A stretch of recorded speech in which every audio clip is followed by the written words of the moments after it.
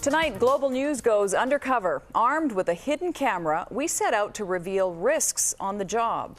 In Dying for Work, reporter Jill Croteau spent the last several months investigating hazards on the job. The intention of the investigation not to target one specific company, but rather expose what some call is an epidemic in the entire industry. That's why we've chosen to hide the identities of those caught on tape. Some of the things our cameras found, like not using a safety harness above specific heights, not securing ladders, even having people die on your job site, are not enough to have some companies fined or shut down. If only. Chances are those two words haunt practically every employer when someone gets killed on their watch. If only I hadn't rushed to get the job done. If only I'd been more aggressive with safety. But those thoughts don't erase the past. The guilt, regrets don't change the reality of what's going on inside a lot of workplaces. Safety is being compromised because pressures to get it done are overwhelming. I think maybe some of the surprising parts were the fact that how aware these people are that they're doing things they shouldn't. Specializing in risk management, it's his job to make companies aware of workplace hazards. It's also his passion, which is why Mike Clausen agrees to go undercover, getting jobs in construction, manufacturing, working as an insider to expose the kinds of dangers he sees every day. Feel safe up there? Oh yeah, I haven't fallen yet. You got a little time left? Nope. No, it take too much time. What should they do? I don't know. You're above the 10 feet, aren't you? That's right. There's no other way to do it. That's the only way. That's the only way? Oh, you're not worried about that ladder going through the window?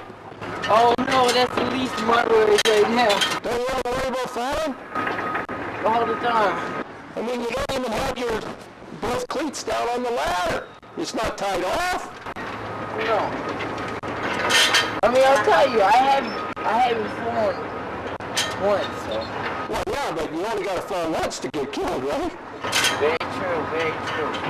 Actually, usually I have a partner who's here with me, but... So is he going to catch you?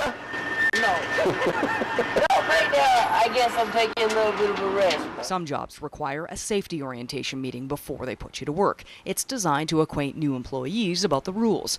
But remember, for most workers, they're learning this stuff and hearing it for the very first time. Accident reports and statements need to be filled out in WCB forms. Report any injury immediately to first aid site supervisor or safety officer. Fire extinguishers are to be used around welding, construction heaters, open flames, general work areas. That's how absurd our safety programs are becoming. It's a speed reading course for these people. Get things done as fast as you can. Get those guys out on the floor. And then on the bottom it says, I have completed the orientation. Sign it, and then you're good to go. At another job out on the floor, Mike sees this. This gentleman was using a grinder, again with no guard on it. He's wearing no gloves, no coveralls, no glasses, no face shield. Just a quick walk around, he realizes none of the grinders have a guard.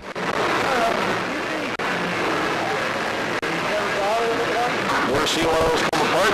Yeah.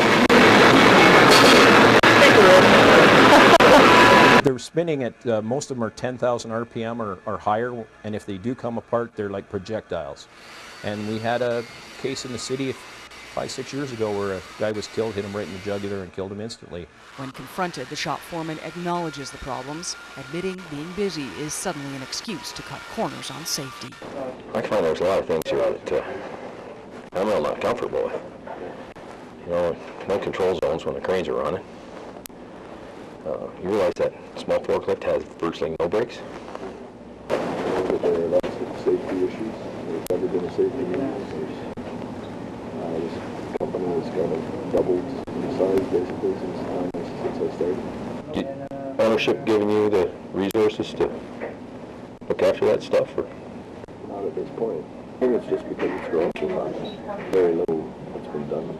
Obviously, I mean, safety is a huge priority, but of course there's also the priority of getting the work done. So here's part of the problem. The government's own set of safety standards is based on something called a Certificate of Recognition, or COR. It's kind of like a seal of approval, telling companies they're playing by all the rules, doing a good job. Now, this is a valuable thing for companies to have. They are subject to financial incentives for signing on. In some cases, they can't even bid on contracts without it. But our investigation reveals that one company that has a number of fatalities on their record has never lost their certificate. I would have to check that. But I mean, yeah. Do you think that that's appropriate? Like, what do you think of Well, that? normally, to me, no, it's not. That's right. If I guess if they've got an ideal record, and all of a sudden there's a blip in their particular record, is it a reason to punish somebody or do those kinds of things if they're willing to correct if there's anything that's identified that's created those kinds of things, then I would say, they're probably entitled to maintain their COR. In fact, even if you have a fatality, your certificate is never automatically revoked. A company maintains their COR during an investigation. Last year alone, 27 businesses were told to get an external audit in order to keep their certificate. Only 3 failed to be recertified. We're always looking for some magic bullet. There's always some frustrations, because we see the same things happening over and over and over again. Jill Croteau, Global News.